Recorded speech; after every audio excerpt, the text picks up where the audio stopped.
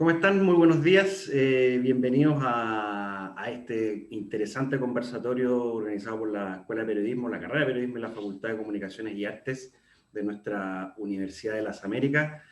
Hoy tenemos obviamente el honor de tener una gran invitada para lo que nosotros siempre llamamos esta actividad de inauguración de las actividades académicas de nuestra carrera. Llevamos ya un par de meses en clase, pero siempre tenemos un hito de inauguración y tenemos hoy a una tremenda periodista, colega, que ya vamos a presentar. Quiero saludar primero a las autoridades que nos acompañan, al decano Mauro Lombardi, al director de carrera de periodismo Patricio Gutiérrez, a nuestra coordinadora académica Vilma Saavedra, Claudia Enríquez, coordinadora de vinculación con el medio de nuestra facultad y todo el equipo de la facultad, por supuesto, y especialmente a nuestros profesores y a nuestros alumnos, que obviamente estaban muy interesados en estar acá con nosotros. Saludo especial también a quienes entraron este año a nuestra carrera, a nuestros alumnos de primer año. Y para comenzar a presentar a nuestra invitada Matilde Burgos, periodista de la Universidad Católica, que actualmente trabaja en CNN Chile, conductora de CNN Chile, Chilevisión, panelista de Tolerancia Cero.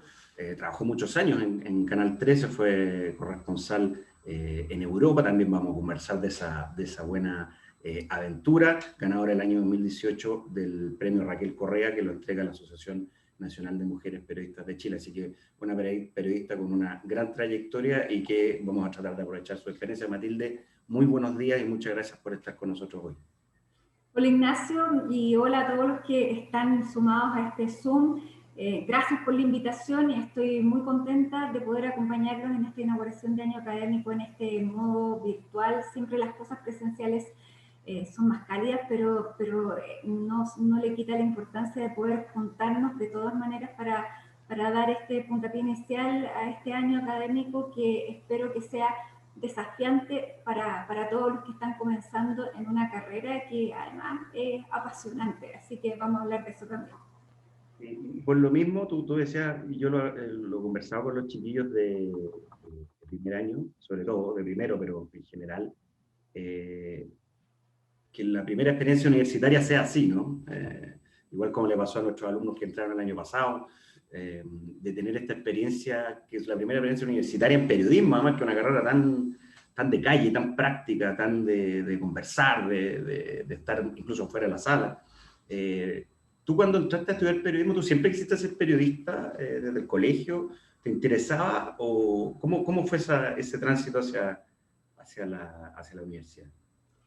Mira, a mí siempre me gustaron las noticias de chica. Yo crecí entre adultos y me encantaba mirar noticias. Me acuerdo de chica, 5 años, estar mirando los noticiarios siempre. A los 6 años, bien ñoña, pedí una máquina de escribir de regalo para un cumpleaños y me gustaba como verme escribiendo a máquina, porque yo decía siempre que quería ser periodista. Bueno, y esa vocación se fue como extendiendo a lo largo ya de los años del colegio. Les cuento que estoy ahora en el canal, así que de repente entra gente a la oficina, sale. Y cuando llegué a cuarto medio, yo me acuerdo, quise dar todas las pruebas de admisión y vi las que pedían para entrar a periodismo, pero también vi las científicas, porque yo estaba en esa época en el biólogo, y quedé en medicina y en periodismo. Se imaginarán la alegría de mi familia cuando decidí entrar a periodismo y no a medicina, pero siempre convencía, porque era lo que yo siempre quise hacer. Mi idea en esa época, ya en cuarto medio, era que a través del periodismo yo quería conocer el mundo y conocer distintos mundos, no solamente el mundo geográfico, sino que las distintas realidades en las que estábamos inmersos. Y eso solamente me lo da el periodismo. Yo sentía que estar en algún lugar encerrado no me iba a permitir satisfacer esa curiosidad que yo tenía. Así que tomé la decisión de la que no me arrepentí nunca. Estoy muy agradecida de haber seguido mi vocación finalmente. Curioso porque quizás incluso hoy día, bueno, siempre, pero claro, los padres siempre se preocupan del futuro económico, etcétera, y claro, periodismo no es precisamente una carrera donde uno gane dinero inmediatamente, Rico, ¿no? el camino es muy largo, en fin, bueno, si hubiese estudiado medicina quizás tendrías más pega ahora que, que la que ya tiene en CNN. Bueno, y después tú entraste a Canal 13, hiciste la práctica ahí, ¿no? La práctica en Canal 13 y ahí me quedé trabajando hasta el 2012, que fue el año en que yo volví de Italia después de 5 años de corresponsalía y ahí me integré a CNN. Así que fueron largos años en que hice de todo, porque uno cuando parte como practicante tenés que hacerlo todo y con la mejor de las sonrisas, porque hay mucha gente que está dispuesta a hacer lo mismo. Entonces hay que ganarse el puesto. Me acuerdo en esa época estaban saliendo como los periodistas antiguos, nosotros éramos con la generación de recambio, y en esa época había que estar muy dispuesto a hacer... a no cumplir horarios, a estar siempre disponible. Si era a las 10 de la noche y te tenías que quedar, uno sabía siempre la hora a la que llegaba al canal, pero nunca la hora que se iba. Y eso fue como entre el servicio militar y aprender a ser un poco bombero. Uno cubría todo, mucha calle. También agradezco esa experiencia porque yo creo que uno tiene que tener, digamos, muchos años también de reportero para poder hacer otras cosas. Y así, bueno, fui cumpliendo otras funciones, empecé a hacer enviada especial para ciertos temas. Yo cubría Cancillería y cubría Iglesia. Y después, por razones más bien personales, me fui a Italia y ahí asumí la corresponsalía del canal para toda Europa, lo que fue una tremenda experiencia también. Y esos fueron mis años en Canal 13, para después llegar a CNN, que era un mundo súper distinto, perteneciente además a una cadena internacional que funciona con otras lógicas, pero con la lógica de la absoluta libertad y sin, digamos, sin presiones de entes locales, porque como el dueño es americano, al dueño lo que le interesa son otras cosas, no es que llame el político o el empresario o el no sé qué, eso siempre ha sido una cosa, digamos, que no está en los parámetros de lo que son las coberturas. Así que la libertad que he tenido acá ha sido realmente un privilegio. Bueno, ya vamos a hablar de eso porque es muy interesante el tema también para desmitificar algunas cosas que siempre se hablan del tema de las presiones, etcétera.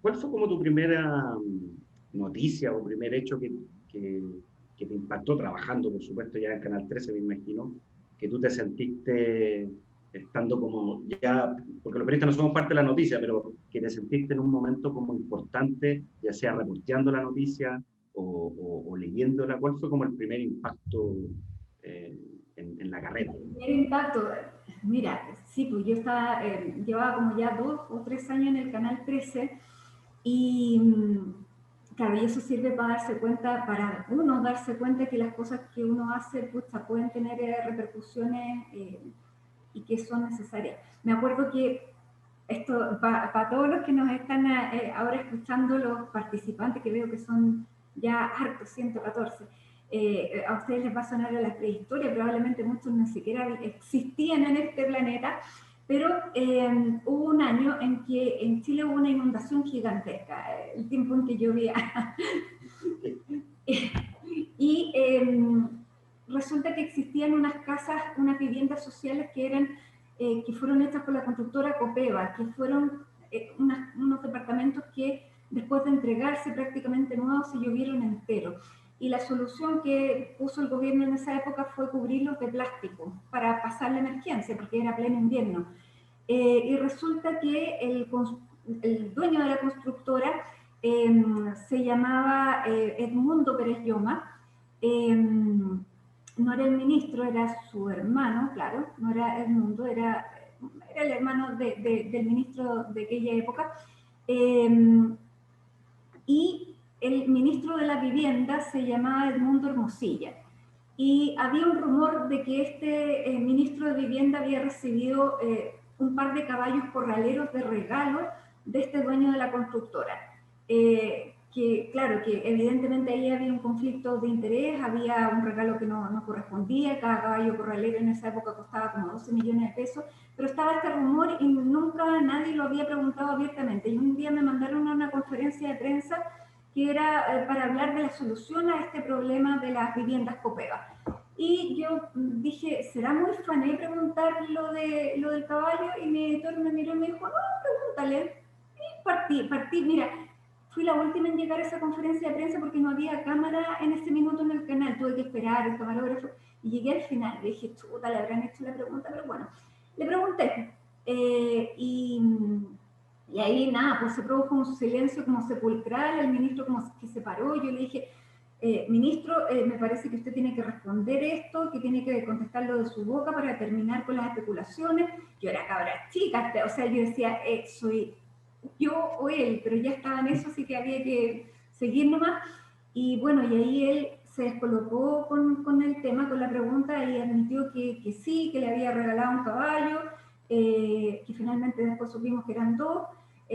Silencio sepulcral, se fueron todos, yo partí del canal corriendo, feliz con mi noticia, y al día siguiente el ministro tuvo que renunciar y a partir de eso comenzaron a establecerse como los estándares de cuáles son las cosas que sí son aceptadas por parte de una autoridad y cuáles no, y se comenzó a trabajar en todo este, digamos, criterios de transparencia y de probidad, que hasta ese momento, ese año era como el 97, 98, prehistoria, chicos.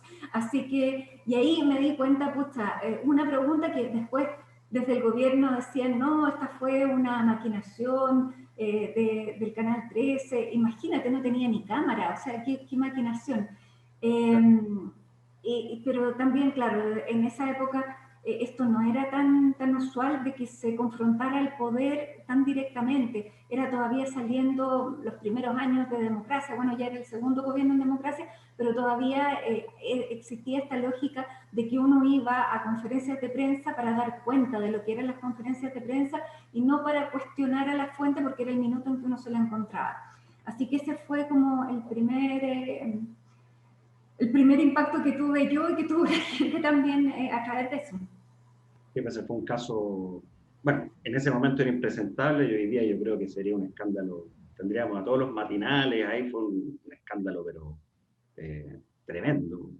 Y claro, de ahí para adelante el tema de la probidad, porque también para contarle a nuestros estudiantes que antes estaba el mito que Chile no era un país corrupto, que era un país que funcionaba todo perfecto y con el tiempo se ha ido demostrando que no tanto, al menos, o no. ¿Cómo has visto a propósito de eso que decías tú, que antes, en los años 90 todavía, le costaba mucho cómo hacer esas preguntas o investigar, pese a que habían programas de investigación, habían, como hoy día, todavía muy buenos periodistas de investigación? ¿Cómo has visto ese cambio hoy día de esta lógica de que hoy día no hay problema en preguntarle, en contrapreguntarle a un ministro, al presidente, a un alcalde, a una autoridad, cosa que efectivamente hace 15 años quizás no pasaba?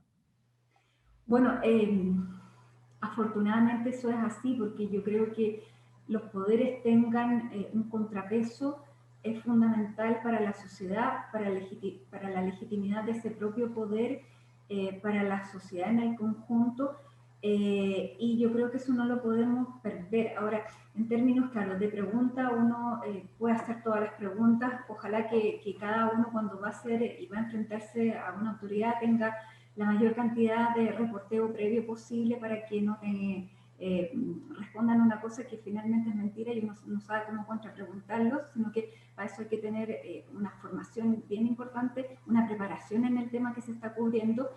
Eso es una cosa que nos hemos ido ganando, pero que es muy necesaria y que, claro, hemos ido avanzando en transparencia desde esa perspectiva, pero desde otra comienzan a instalarse a través de otras mecánicas lisa y llanamente respuestas falsas, que esa es otra pelea que tenemos que dar, que son las fake, que son las mismas respuestas de autoridades que nos han acostumbrado a que prácticamente el valor de la verdad no existe. Lo vimos durante la administración Trump, que francamente lo que decía la autoridad era una mentira, y uno tiene que tener la capacidad, uno, para poder decirlo, y eso yo creo que todos podemos, pero también para tener el argumento para decir por qué eso es mentira. En cuanto al periodismo de investigación, hemos avanzado muchísimo gracias al periodismo de investigación. Nos hemos ido perdiendo como esta inocencia que sentíamos que no éramos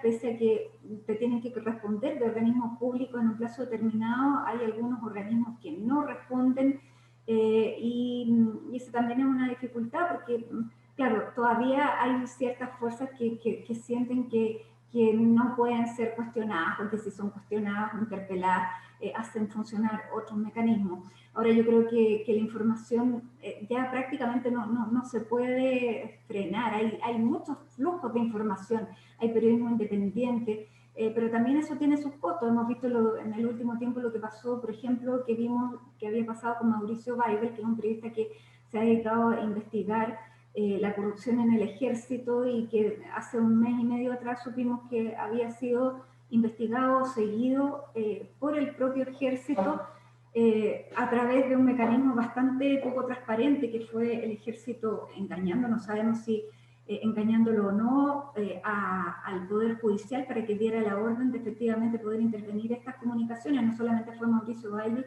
sino que fueron otros 5 periodistas más. Por lo tanto, nunca ha sido fácil, no, sigue siendo no fácil, pero cada vez encuentro que es más importante y que esto ha permitido efectivamente ir conociendo la sociedad que teníamos y no la que creíamos tener, que es lo mismo que nos está pasando con el narcotráfico. Siempre pensamos que Chile era un país de paso y ahora nos estamos enfrentando a la realidad que prácticamente, mira, yo creo que hace varios años ya venía esta realidad con una sirena encima, pero nadie la quería ver. Y hoy día vemos cómo ese poder del narcotráfico, estamos viendo cómo está penetrando la política a través de los municipios, no sabemos qué otros organismos más está penetrando, y ahí hay un gran tema de investigación también en otra situación que también pensábamos que no existía. Matilde, tú tocaste el tema de la Iglesia Católica, entre otros temas que fueron producto de investigaciones periodísticas. Me acuerdo, por ejemplo, un poco más atrás también, en los 90 también hubo uno que otro reportaje, después aparecieron algunas revistas, La Nación Domingo, que hizo varias investigaciones importantes. El caso, por ejemplo, de la Iglesia, el Ejército, que eran instituciones, como decías tú, que antes Carabineros y la Iglesia eran de las instituciones más valoradas por la población. Está el caso de Paul Schaeffer, por ejemplo, que fue una investigación periodística. Los periodistas llegaron antes que la policía, digamos, o sea, como para también valorar el trabajo que... Y son trabajos muy lentos, de mucho tiempo. Hoy día que es todo así, es muy largo. A propósito de la Iglesia Católica, me dijiste que tú habías cubierto iglesia, estabas trabajando trabajabas en Canal 13. Bueno, y en ese momento el Canal 13 era de la Iglesia Católica, digamos, en ese momento. Bueno, obviamente habían cosas que no se podían hablar o no se podían decir a propósito de esto de las presiones lógicas de quien es dueño de un canal. ¿Te tocó alguna, en lo específico, alguna cosa que no pudiste decir o algún tema que obviamente no pudiste meter? Mira, cuando partí en el Canal 13, me acuerdo que fui a reportar una nota y yo en mi nota empecé a escribir del condón, de no sé qué, y que la pareja, no sé qué cosa, y llega un periodista que era mayor que yo, no tan mayor que yo, pero me dijo, mira, aquí no existen las parejas, aquí hay matrimonios. Y si quieres seguir en esto, elimina tu condón de ahí y pon otra cosa. Así fue como el primer, como... Ahora, uno también sabía a qué canal estaba postulando. Era un canal de la iglesia. En la iglesia en esos años no se hablaba de preservativo, no se hablaba de condón, no se hablaba de que el divorcio era necesario. Imagínate, bueno, han surgido muchas otras cosas, ni que hablar del aborto, de derechos reproductivos, nada de eso. Pero eso también ha ido avanzando con la sociedad. En esa época, cubrir iglesia, además todavía la iglesia tenía un cierto, más que un cierto, una legitimidad que había venido después de la dictadura, que había sido, que la Iglesia Católica había sido durante mucho tiempo la que había luchado y había defendido los derechos humanos. Y era un poder importante y que tenía una legitimidad basada en eso. Después de eso se empezó a diluir, la Iglesia empezó a funcionar con dinámicas propias, a pensar, a cambiar de foco, a centrarse en la moral sexual, y ahí empezamos a ver la crisis moral de la que empezó a hablar la Iglesia, y se fue como a esta moral que bueno, yo creo que no fue evolucionando, no fue de la mano de la gente, sino que fue cada vez separándose más a terminar en lo que hemos terminado ahora. Ahora, por eso, en esa época entonces, eso no se cuestionaba tanto de la Iglesia que pusiera esos temas. Además que fíjate que dentro de los temas que se cubrían en esa época nunca me tocó un conflicto. Era más bien las actividades que hacía la Iglesia. Me acuerdo que eran los encuentros continentales que se hacían, los encuentros mundiales, de un papa que nosotros pensábamos que además era prácticamente un santo, y después empezamos a conocer muchísimas fallas y grandes responsabilidades de lo que era Juan Pablo II, que era una figura súper importante y que fue también una parte importante de esa apertura política en Chile, su visita, pero que después empezamos a ver que todos los grandes abusos se habían incluso denunciado bajo su pontificado, con un silencio cómplice tremendo de parte de ese mismo poder. Por lo tanto, yo fui avanzando en esta transformación que vivió la Iglesia en el último tiempo. Bueno, cuando yo fui corresponsal en Italia, todavía no salían estas cosas a la luz, empezaron a salir, pero a nivel internacional. Me acuerdo que en Irlanda se empezaron a abrir estos casos y se conocieron de horrores tremendos que habían ocurrido en orfanatos, que habían sido con crímenes, con cosas horrorosas. En esa época estaba Benedicto XVI, que él empezó, bueno, le tocó y empezó, mira, sin ser una persona súper carismática, no era para nada carismática, pero era una persona finalmente valiente. Él no había recibido, después supimos los sobres con dinero que Marcial Maciel, el fundador de los legionarios, repartía en el Vaticano. Él lo mandó a investigar la noche que murió Juan Pablo II, mandó un equipo que fue finalmente el mismo Chicluna, que vino acá a Chile, el que fue a investigar a los legionarios a México. Y bueno, y este Papa Fomeque, con una cara bien poco amable, finalmente tuvo coraje para empezar a sacar estas cosas. Claro, no era tremendamente popular, pero yo en esa época empecé a cubrirlo, y como estaba en el Canal 13, yo viajaba con él y viajaba en el avión con él, y cada vez que se subía al avión, este Papa empezaba a hablar de que iba a pedir perdón, que iba a reunirse con las víctimas de abusos sexuales, tanto que al final nosotros, entre los periodistas que cubríamos Vaticano, decíamos, de nuevo lo va a decir. Y era lo que era necesario. Pero a nivel local estábamos bien atrás en eso, porque cuando yo estaba en Italia cuando Hamilton, Murillo y Juan Carlos Cruz hicieron sus denuncias y nadie les creyó.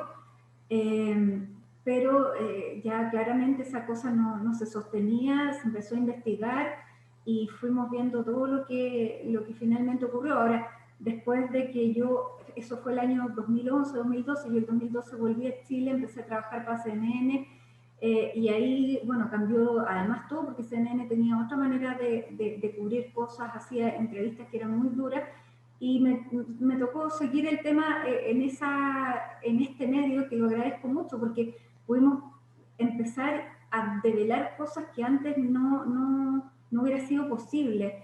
Y dentro de este mismo tema de iglesia, a mí me tocó el 2018 también subirme al avión del Papa, pero ya este Papa argentino que venía a Chile, y gracias a una pregunta que hizo una periodista de la radio Bio Bio en el norte, que interpeló al Papa de cómo tenía Barros, de por qué estaba este obispo que había sido cómplice, y el Papa en ese momento le dijo que eran solo calumnias, no sé qué, y destapó ya una cosa que era insostenible. Y a mí, a la vuelta de ese viaje, me tocó, entre comillas, la suerte, porque no todos los periodistas pueden hacer preguntas en la conferencia de prensa que siempre se hace a la vuelta del viaje. Pero me tocó la suerte de que lo sortearon y entre los periodistas chilenos me tocó preguntar a mí y el periodista que iba de la tercera. Y ahí, bueno, nos coordinamos que él iba a partir preguntando por el viaje en general y que yo le iba a preguntar por qué él no le creía a las víctimas que estaban denunciando a este poder de encubrimiento. Y ahí el Papa me dice, pero ¿cómo si no ha habido denuncia? Y yo le digo, pero ¿cómo no ha habido denuncia por parte de las víctimas? Ellos han denunciado repetidas veces, no tal vez de abuso directo, pero sí encubrimiento. Entonces el Papa me dice que eso también es un abuso. Ya, pues ¿por qué no les cree? Le dije yo. Y todo eso yo creo que fue confluyendo ahí después de ese viaje, con todo lo que había pasado en Chile, con todas las preguntas que vinieron después también en el mismo avión. Ahí él yo creo que captó que había algo que no le cuadraba, que estaba también, que podía rebotarle en la cara al pontificado, y mandó a esta comisión chiquiluna a investigar y bueno, pasó todo lo que pasó en la iglesia. Nos sentimos súper como orgullosos también de haber podido poner esa luz en ese momento. Y bueno, hubo ciertos cambios, lamentablemente no todos los cambios que se hubiera pensado que iba a haber. Parece que, claro, el Papa será el jefe de la Iglesia, pero no tiene todo el poder en el Vaticano que se supone que tiene. Así que ahí han ido pasando hartas cosas y tal vez, claro, mi evolución periodística ha ido también de la mano de esa evolución que se vivió con esta institución que, como te decía, ya después de todo lo que ha ocurrido, su poder se ha vuelto irrelevante. Antes era muy pesado cuando se discutía algo y había una voz de la Iglesia Católica que suponía ese era un peso tremendo. Hoy día eso no ocurre, como creo que debe ser en una sociedad y en un Estado laico. Oye, Matilde, a propósito del tema, bueno, estos son ejemplos claros del rol que debemos cumplir nosotros, los periodistas. ¿Cómo es ser periodista? Tú estuviste 5 años, me parece, en Italia, ¿no? Sí. En Europa. ¿Cómo? Porque, claro, uno cuando ve a los colegas que despachan, uno dice, oye, qué rico estar en Italia, le tocó ir, no sé, a París, porque hay una noticia. Wow, es como que todos los que estudiamos periodismo en algún momento nos imaginamos esta lógica de conocer el mundo, pero también tiene dificultad, pues todo se ve bonito en pantalla, digamos, pero es una pega, sobre todo la de corresponsal, es una pega súper compleja de fondo, porque estás sola prácticamente, pone un camarógrafo. Cuéntale un poco a los chiquillos, sobre todo, cómo esta pega de corresponsal que se ve bonita, pero que tiene un trabajo muy duro. Sí, bueno, tener esta pega de corresponsal tiene como la ventaja de conocer, claro, de conocer una cantidad de lugares, de situaciones, de personajes que es un privilegio. Además tiene esto de que tú cubres grandes noticias, porque como eres corresponsal y entre comillas, esos despachos salen caros, no te mandan a cubrir todo, sino que solamente como las cosas que son más visibles. Mira, me tocaron cosas súper entretenidas porque como era corresponsal para toda Europa, no solamente tenía que cubrir los temas que eran míos, tuve que empezar a aprender de fútbol, empecé a conocer y a seguir a todos los seleccionados chilenos que estaban en Italia, que jugaban en Europa, así que ahí empecé un giro súper distinto, pero me entretuve mucho con eso, o sea, había cosas súper distintas a las que hacía. En esa época Chile también negoció su entrada a la OCDE, así que me tocó ir muchas veces a París. Bueno, me tocó ir a África en estos vuelos con el Papa, fuimos a Camerún, Angola, pero como tú dices, también hicimos el primer noticiero que salió primero para la web, que era Tele 13 Europa. Después Tele 13 Europa se empezó a dar a través del canal 13C y era una vez a la semana con noticias de todo el continente, pero claro, se ve súper glamoroso, pero yo me acuerdo que me mandaron del canal con una cámara chiquitita que tenía que yo aprender a usarla con un computador.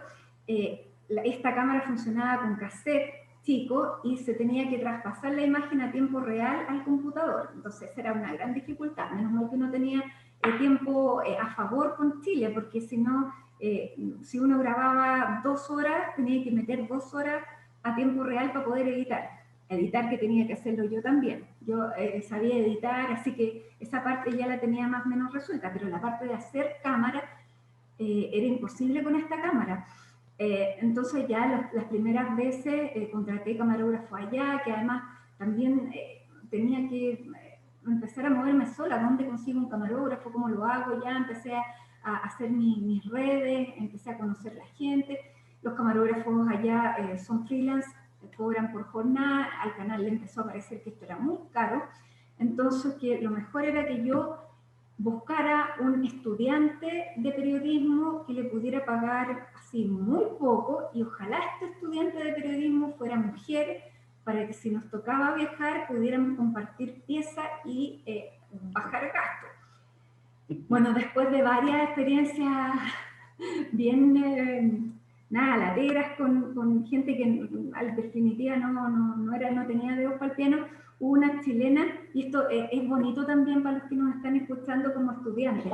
Era una estudiante chilena que estaba en Roma porque su mamá se había casado con un italiano, había terminado el cuarto medio en Chile y se había ido a estudiar ya su carrera a Italia, y empezó a estudiar periodismo.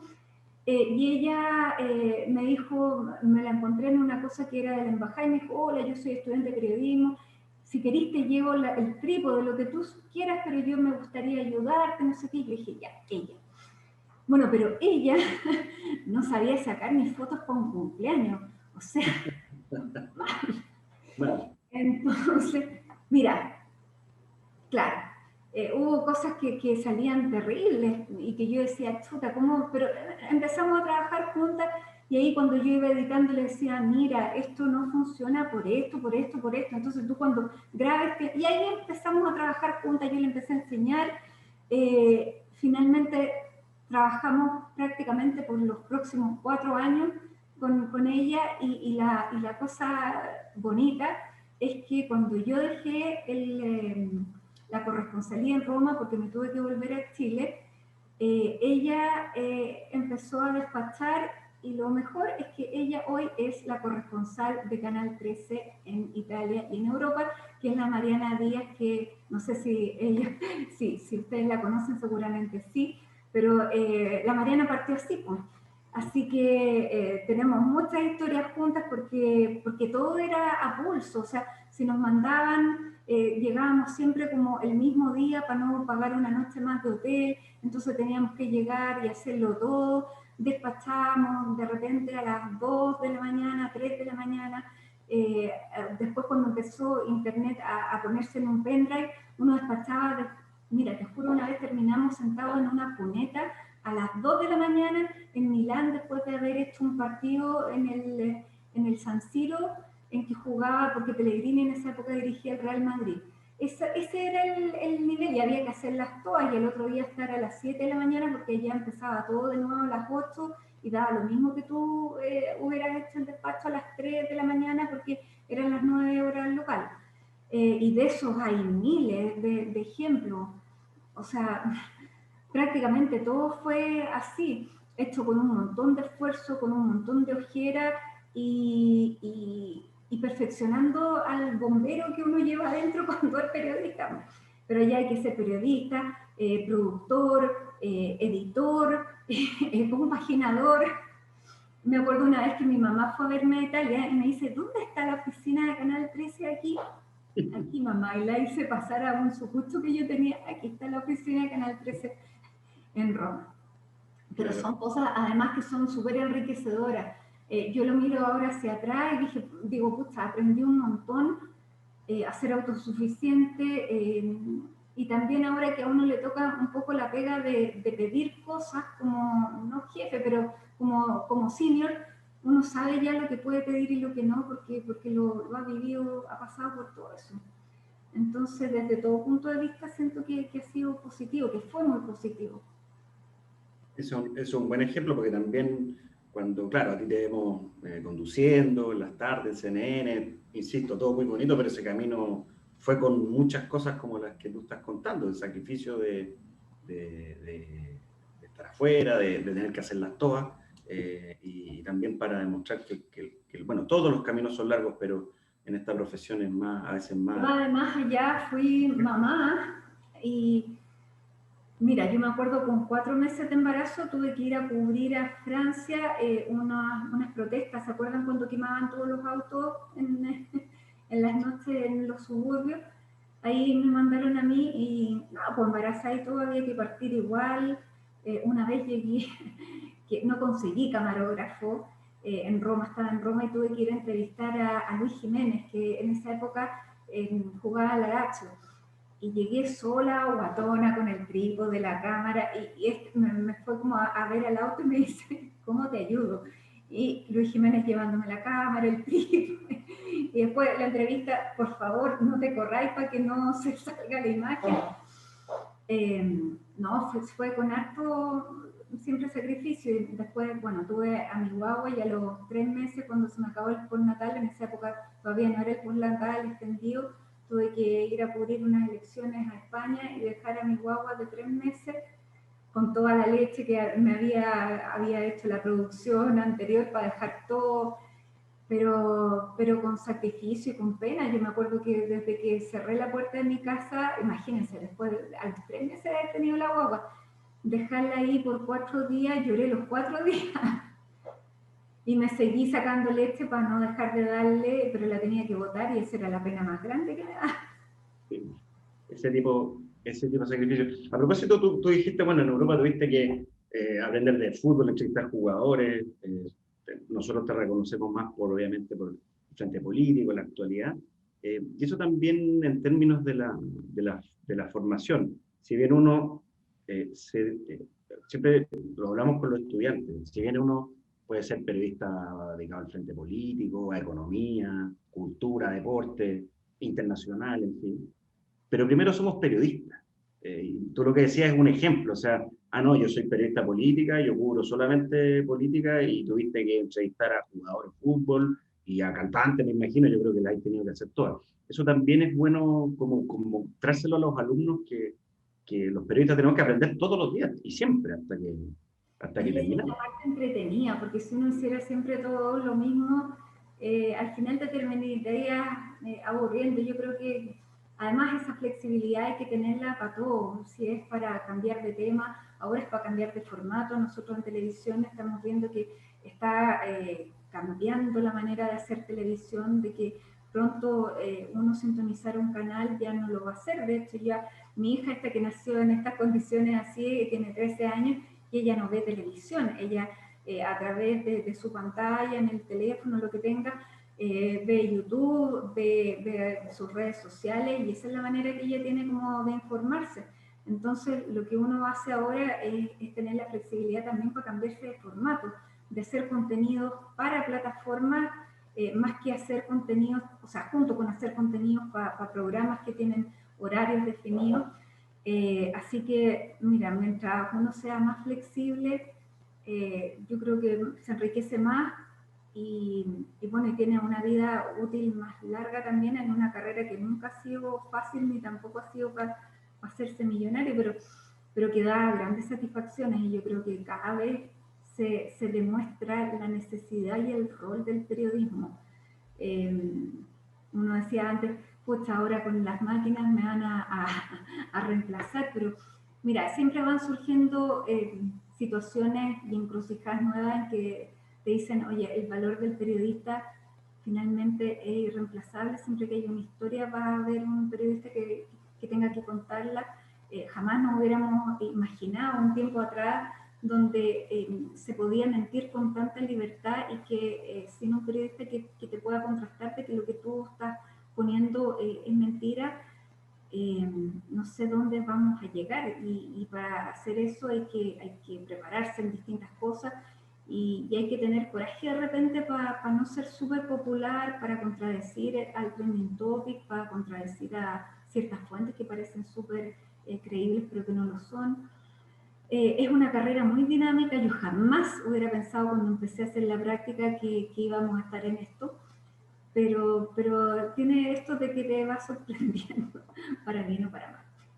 Oye, y justamente por eso nos ha tocado, porque todos hablamos de la pandemia, pero en realidad venimos desde el estallido social, tuvimos una pausa como de mes y medio y después entramos en una pandemia, una cosa que increíble, que como tú dices, jamás nos hubiésemos imaginado, uno tiraba bromas con las pandemias, y bueno, y pasó.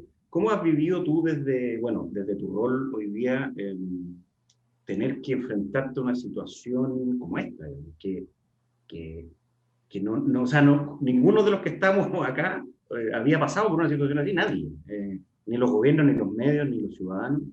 Eh, ¿Cómo lo has vivido? ¿Cómo lo han vivido ustedes del canal? ¿Cómo lo vives tú en esta lógica de tener que estar informando algo que es súper complejo?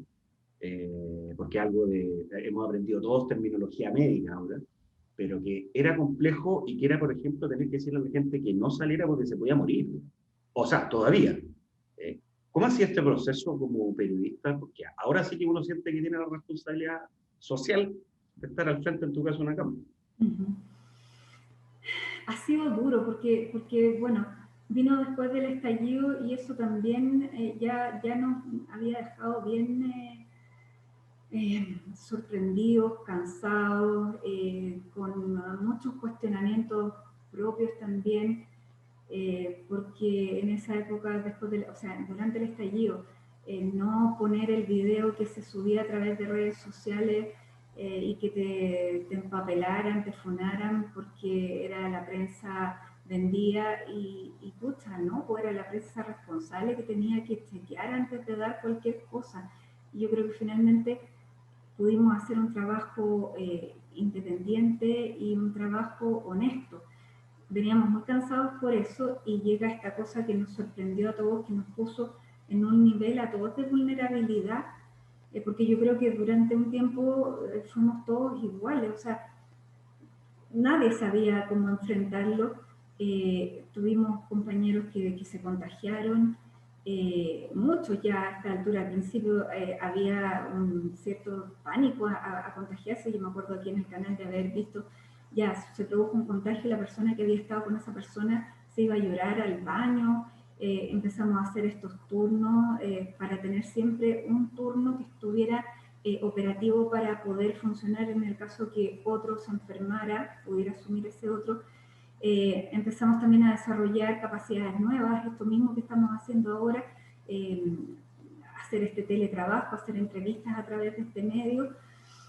También fue un aprendizaje que fue nuevo, que fue rápido y que tuvo que hacerse a un tiempo récord, con todas las primeras veces los errores que se pudieron haber cometido. Eh, y el desgaste de dar malas noticias, porque que hoy día tengamos 30 y tantos mil muertos en Chile, yo creo que no nos deja indiferente a nadie.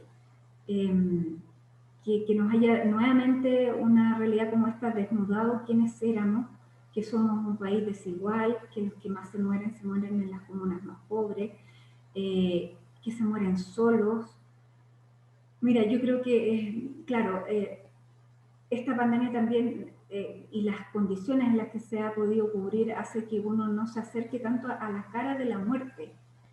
Pero yo he visto coberturas, lo que ha, bueno, con estas mismas restricciones también. En Italia se hicieron coberturas de lo que fueron las muertes de las personas que yo creo que fueron súper impactantes en CNN Internacional todos los días. Eh, Cuando se van a pausas, a comerciales, aparece la foto de tres personas que son tres personas que ya no están y se cuentan su historia y estos son tres de los, no sé, 500 y tantos mil muertos que ha tenido Estados Unidos. Es mucha gente. Y claro, y uno va con una esperanza y después viene el golpe de que había una variante nueva, de que la vacuna, pucha, pues finalmente somos todos parte de un experimento a tiempo real, que no sabemos mucho dónde nos va a llevar, eh, pero donde estamos humanamente todos bien comprometidos. Esto ha llevado además a una catástrofe social, económica, política. Eh, Nadie pensó que se iba a enfrentar a esto. Y que nos desafía en todo, porque también después de tener todas estas relaciones a través de pantalla, uno siente que necesita humanidad, que necesita a lo mejor una conversación más cercana, que necesita poner otros temas a través de los medios de comunicación, que tenemos que conectarnos con otras cosas, pero estamos todos aprendiendo en el camino, así que ha sido desafiante en lo profesional, en lo humano. Todos tenemos a alguien que se ha visto afectado económicamente, sanitariamente. Hoy día nadie le ha pasado la pandemia, no sabemos cómo va a ser esto para las generaciones que están entrando, para ustedes que están partiendo periodismo en este primer año a través de estas vías. Ustedes van a tener otros desafíos, ustedes van a haber tenido una experiencia súper distinta que nosotros no la hemos tenido. Y yo creo que tienen también ese reto de poder sacar de esto una cosa positiva y enriquecedora para las vidas que van a tener después. De Así que hecho, estamos todos en ese construirnos de a poco que es la vida finalmente. de hecho, para empezar con las preguntas, porque se nos pasó la Sí, hora y porque la gente tengo tiene que que ir. ir exactamente 2 minutos para las 12, porque tengo una entrevista con un señor Muy muy importante. de Estados Unidos que no me va a esperar. Sí. Así Porque que vamos a empezar con las preguntas, porque hay varias preguntas de nuestros estudiantes. y ya estoy lista para hacerle la entrevista. Cristóbal Muñoz pregunta un poco en la línea que lo que tú estás diciendo a los alumnos que se están iniciando. ¿Qué consejo nos puede dar? Dice Cristóbal Muñoz, un poco lo que estabas hablando tú recién, Cristóbal, alumno de primero. Consejo, a ver, ser siempre curiosos. Yo creo que esta generación, a diferencia de la nuestra y con la ventaja de la nuestra, partieron muy inquisidores. Parten de una plataforma distinta. Ya se hacen preguntas que tal vez nosotros cuando estábamos en este mismo primer año no nos hacíamos, que fuimos evolucionando de a poco.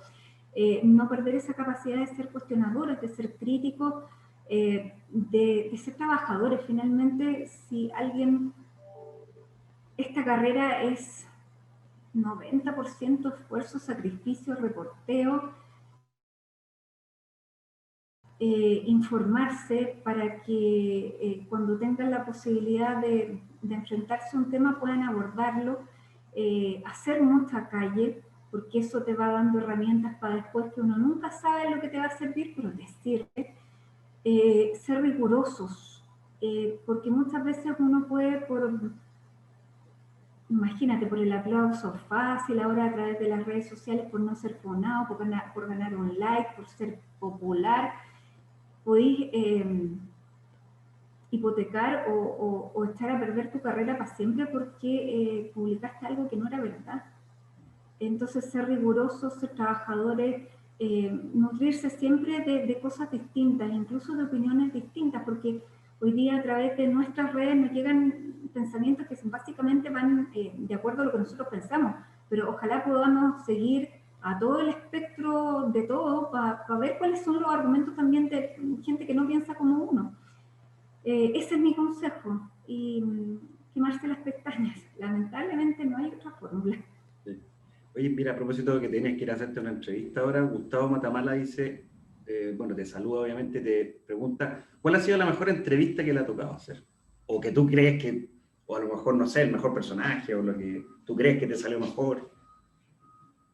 Hay personajes súper... mira, en esto también, aquí en CNN, haber podido hacer este programa, que espero que vuelva muy pronto, que es el CNN Íntimo, he podido conocer a tanta gente, hemos hecho casi 200 entrevistas, y que son gente súper distinta, que son desde políticos, empresarios, artistas, y hay artistas notables, deportistas.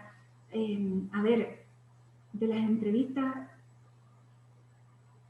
que más me ha gustado hacer, una que le hice a Raúl Zurita, que fue un CNN íntimo, que fue hace como fue el 2018. Raúl Zurita, bueno, es uno de los máximos exponentes que tenemos en poesía, pero además tiene una vida, entre comillas, que las ha tenido que pasar toda, desde que fue militante comunista hasta que terminó siendo vendedor de AFP para poder darle de comer a sus hijos y llevarlos a la universidad, al Parkinson, del que ahora ya tuvo una operación y está recuperado. Yo cuando les fui a hacer esa entrevista estaba con este Parkinson súper visible, evidente. Yo dije, esto en una hora de televisión no va a ser posible hacer esta entrevista porque distraía demasiado. Pero partimos hablando del Parkinson. Y yo creo que ya a los 10 minutos, ni él ni yo nos acordábamos del Parkinson. Lo despejamos al tiro y salimos y empezamos a hablar del resto de las cosas. Y fue una entrevista súper profunda de un hombre que ha podido reflexionar mucho desde otra perspectiva y con un realismo muy amplio. Con esa entrevista nos ganamos un premio en el CNN Íntimo y fue una entrevista que yo pensé que no la iba a poder terminar por las condiciones en las que estaba Raúl. Bueno, esa fue una entrevista súper bonita. Después he podido entrevistar a artistas. Para mí uno de los mejores actores que tiene Chile es Alfredo Castro. Y pudimos hacer una entrevista también súper cercana, profunda. Esas entrevistas que de repente no son tal vez como las más políticas, han sido entrevistas muy cercanas. Le hice una de las, yo creo que fue la última entrevista que la Margot Loyola dio antes de morirse, y que fue también en CNN Íntimo, que fue con su marido, que ella estaba bien sorda, entonces el marido fue el tercer elemento de esta entrevista de las dos, y fue una entrevista también muy, muy, muy bonita. Nada, he tenido grandes posibilidades de hacer entrevistas potentes.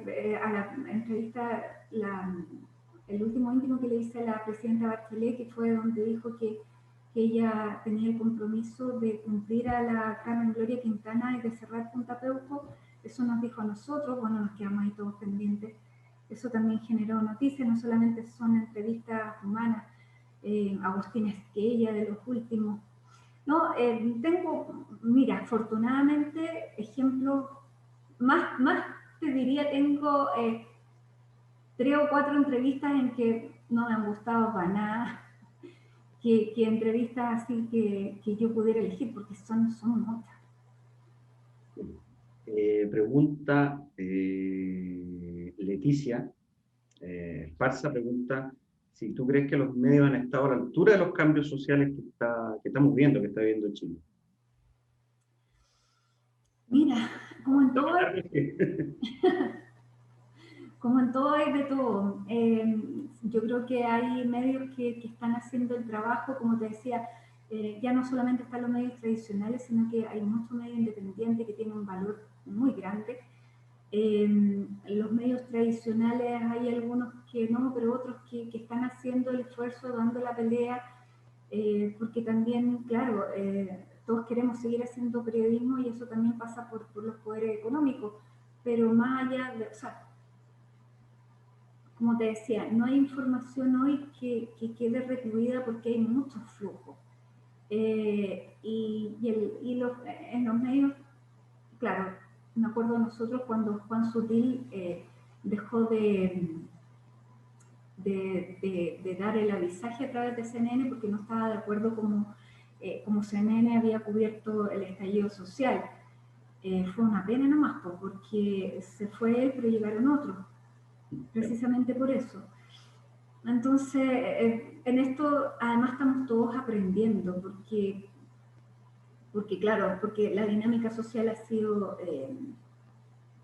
muy rápida, muy vertiginosa, la realidad tecnológica a través de los medios también, y el estar a la altura, uno trata de estar a la altura, siempre va a quedar en deuda, pero yo creo que sí está el esfuerzo, las ganas y la vocación por querer hacerlo. Por lo menos esa es la respuesta que tengo yo.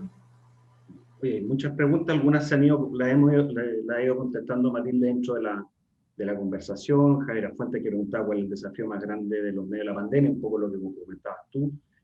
Pregunta, yo creo que ya creo la última porque no quiero atrasarte. Javier Vergara pregunta sobre tu opinión de los medios independientes y qué consejo le podría dar a los periodistas que se están metiendo en estos medios independientes, muchos estudiantes de periodismo que parten colaborando o trabajando en estos medios quizás un poco más chicos, medios independientes. Lo primero es que siempre hay que atreverse, siempre hay que, y sobre todo saliendo de la escuela, es la mejor época para poder atreverse y para poder hacerlo. Los medios independientes yo creo que se están legitimando, están teniendo un peso cada vez más visible por investigaciones que están haciendo. Por eso mi consejo es que se atrevan, que sean muy rigurosos y que comiencen también a buscar métodos de financiamiento, porque muchas veces en la escuela, por lo menos en mi época, nos enseñaban a ser periodistas, pero no nos enseñaban a cómo poder generar una autogestión que permitiera gestionar el propio medio.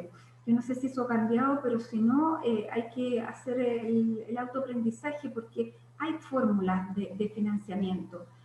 Como te decía, nadie está en esto para hacerse rico, pero puede tener también un trabajo muy digno. Y hay a través, sobre todo a través de los medios electrónicos, poder ir generando una audiencia que si bien te puede ir dando 1.000 pesos, pero si haces un periodismo que se va validando y que en los 1.000 te van a dar 1.000, eso te va a ir ayudando a crecer. Lamentablemente los medios ya que se formaron ya partieron gratis, pero los que están surgiendo pueden tener ese gancho de que uno llega al primer párrafo y después ya no puede seguir leyendo porque hay que inscribirse. Y uno se inscribe porque el medio es bueno. Entonces, ahí está también otro desafío. Matilde, 11:58 tengo yo, así que como periodista tenemos que respetar la hora también. De verdad, muchísimas gracias por compartir con nosotros. Se me hizo muy corto, creo que a todos también, porque quedaron muchas preguntas fuera, así que te dejamos comprometida para otra visita, para que nos quedaron millones de temas fuera, así que muchas gracias por estar con nosotros. Que tengan buen día nuevamente. Gracias por haberme invitado a ser parte de esta inauguración y que sea un buen año para todos. Miren, todas las experiencias, buenas o malas, sirven. Uno eso lo aprende después. Así que mucha fuerza, mucho ánimo y muchas gracias, Ignacio, por haberme invitado. Vale. Gracias, Matilde, que te vaya muy bien. Y muchas gracias a todos nuestros alumnos, profesores y asistentes. Buenas tardes.